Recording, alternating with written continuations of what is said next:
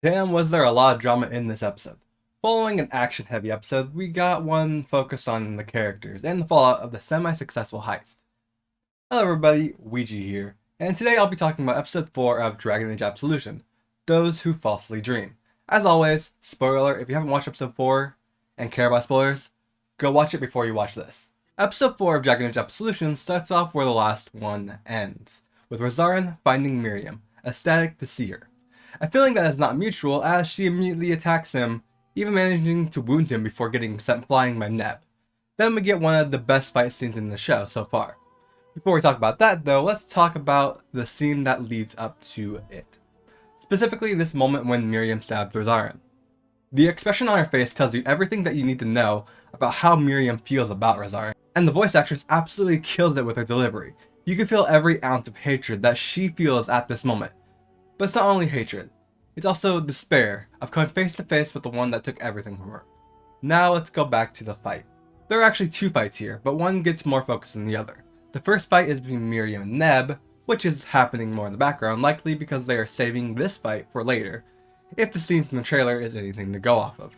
The other is between Rosarin, Lachlan, Roland, and Quidian. This fight gives us our first taste of mage on mage combat, and finally gives us some high octane magic, with Quidian using this absolutely beautifully animated lightning spell that is unfortunately countered by Rosarin, who ends the fight by trapping them with magic. This fight gives us a good look at how strong of a mage Rosarin is, and how tough it is going to be for our heroes to beat him in the final episode, as he is able to go toe-to-toe with all three of them at once. Miriam doesn't fare too well against Neb either. It ends with her stabbing him in the chest and his blade inches away from killing her before he is stopped by Rosarin, who doesn't want to kill Miriam as he still views her as family. Miriam begins slashing at Neb before she stops, seeing the same symbol she bears on this zombie's face. Taking off his mask, it reveals the dead resurrected body of the other elf from the flashback. It turns out Neb is the other elf, and also Miriam's brother. Turns out I was right, which feels nice. Miriam is understandably shaken by this revelation, a look of pure anguish on her face. One which quickly turns to anger as she again attacks Rosarin. She manages to break the others out of the magic through this attack, but before the fight can continue, Tassia shows up, forcing our heroes to fall back. But not before they hit Miriam with an arrow. Fuck, was that sequence intense. While I did suspect that Neb was Miriam's brother, I did not see him being dead coming. This means that I was once again half right about something. The person that Rosarin wants to bring back isn't his mother, it's his brother. The part where she finds out his identity was heartbreaking. You can see in her face how much it hurts to see her brother like that, and the anger at Rosarin for doing this to him.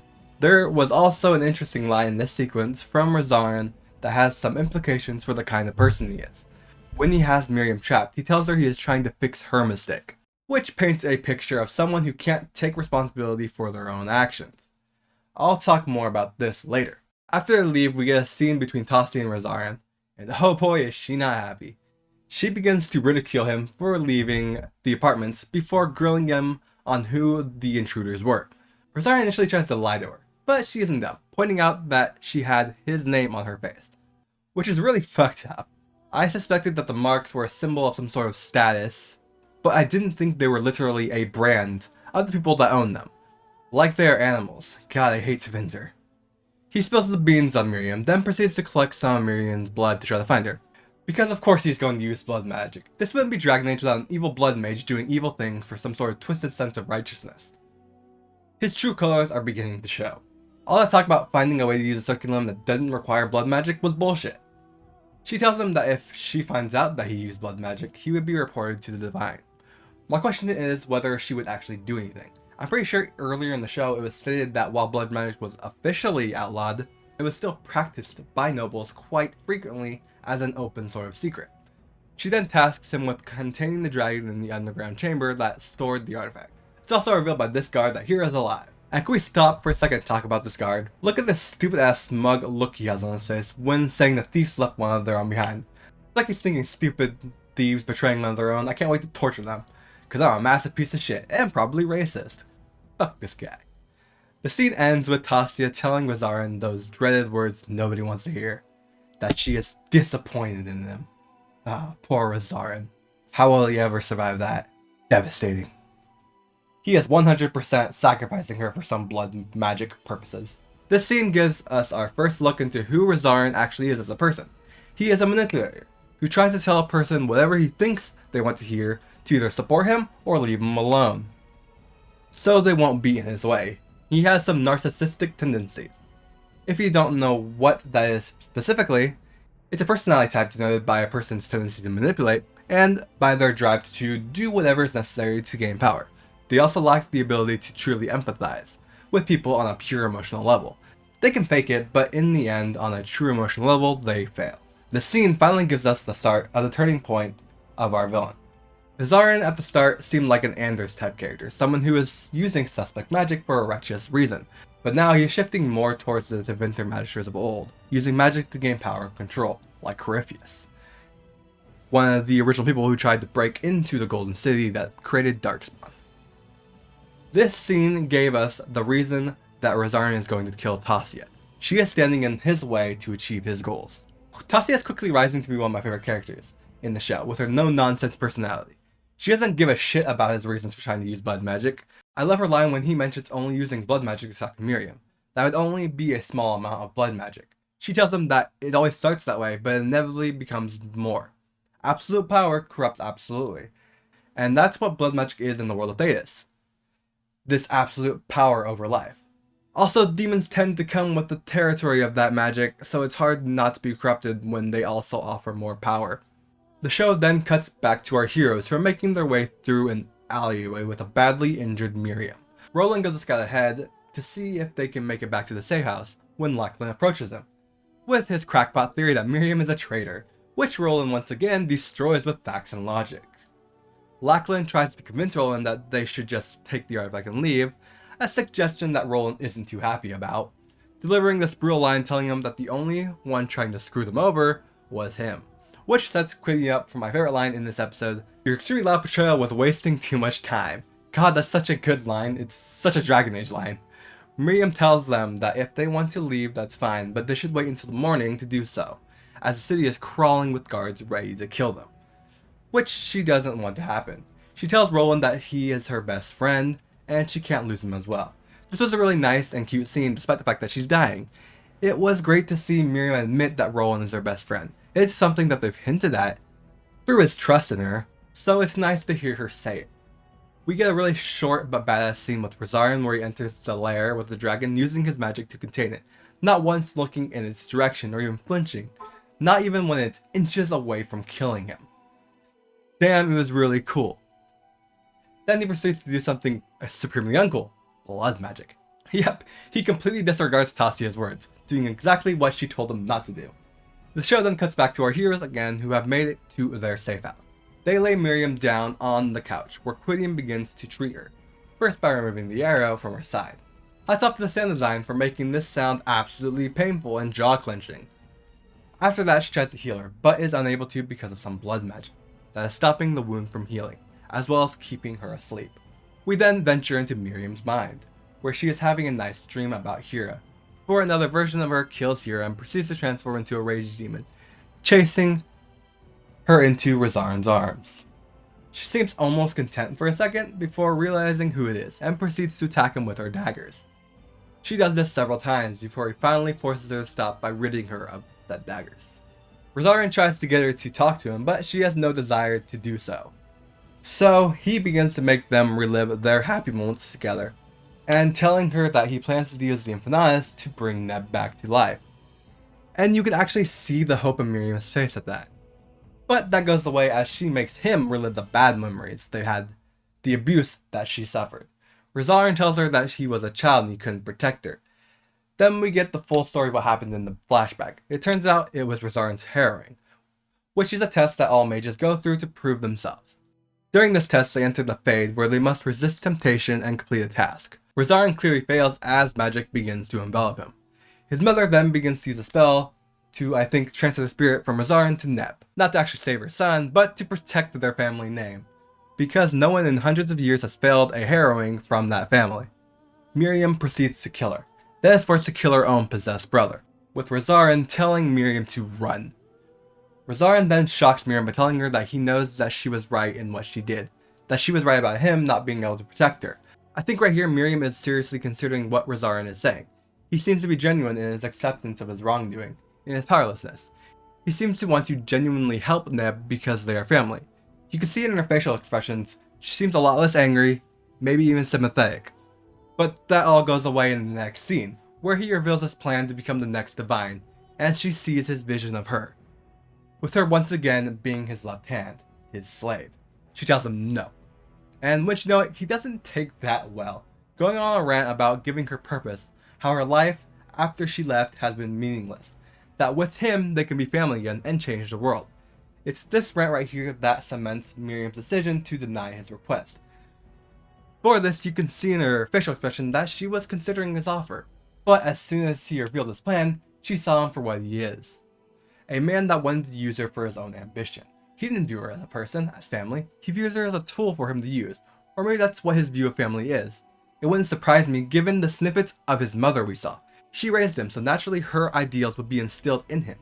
He was likely taught that the job of family was to serve you, to help you achieve your selfish desires. Rosarin at his core is a selfish, ambitious man.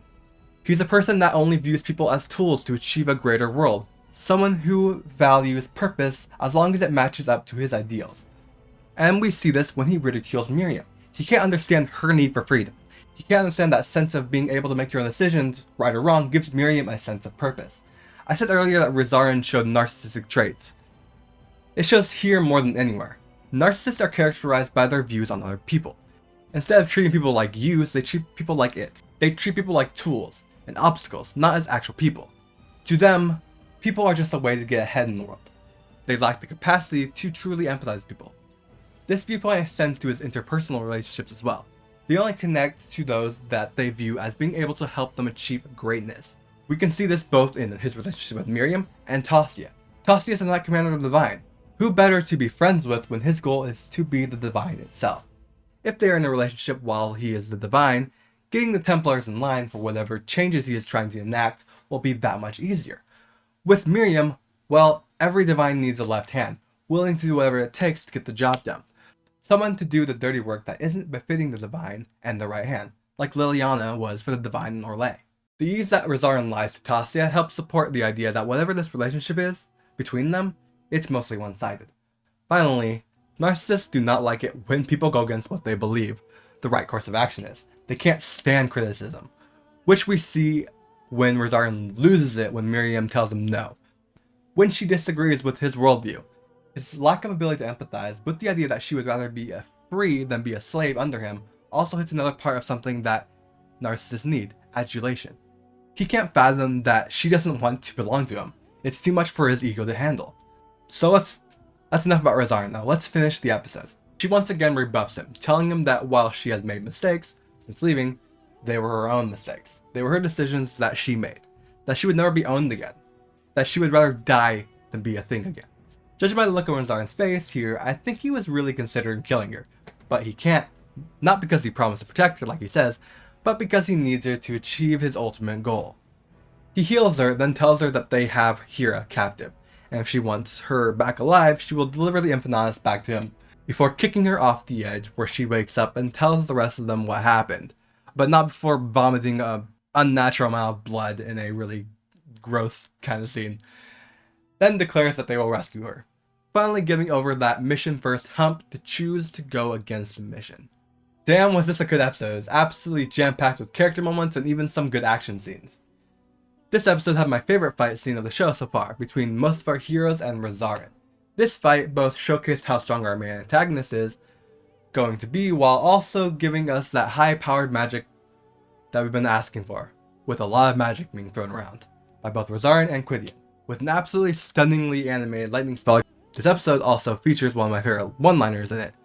When Quidian slays Lachlan with the line, "I'm sorry your laboratory was taking too much time." Damn Quidian, you didn't have to do him like that. This episode had a lot of character stuff, which I loved. After all, they are what drive any good Dragon Age story, starting with the reveal of Neb's identity as Miriam's undead brother, which I didn't see coming. Well, the undead part. I kinda predicted the brother part. But yeah, when she pulled off the mask to reveal that it's a zombie, that shocked me. Her reaction to that was heartbreaking. The animators and the voice actor did a phenomenal job with this scene. Next, we have Razarin becoming the villain that I thought he was from the beginning, dropping the mask of a good-natured mage that was desperate to resurrect someone he loved to reveal who he truly is, a narcissist with delusions of grandeur, somebody who is willing to manipulate those close to him to achieve his own goals, as we saw with his lies to Tasia, and even more so when he tries to use Miriam's love for her brother. It almost works too, as you can see she was thinking about it before he revealed his true intentions and his true feelings. He doesn't actually care about them, he just wants to use them. If he truly cared about her, he would respect her desires, and not try to force her to serve him, to go back to being a slave.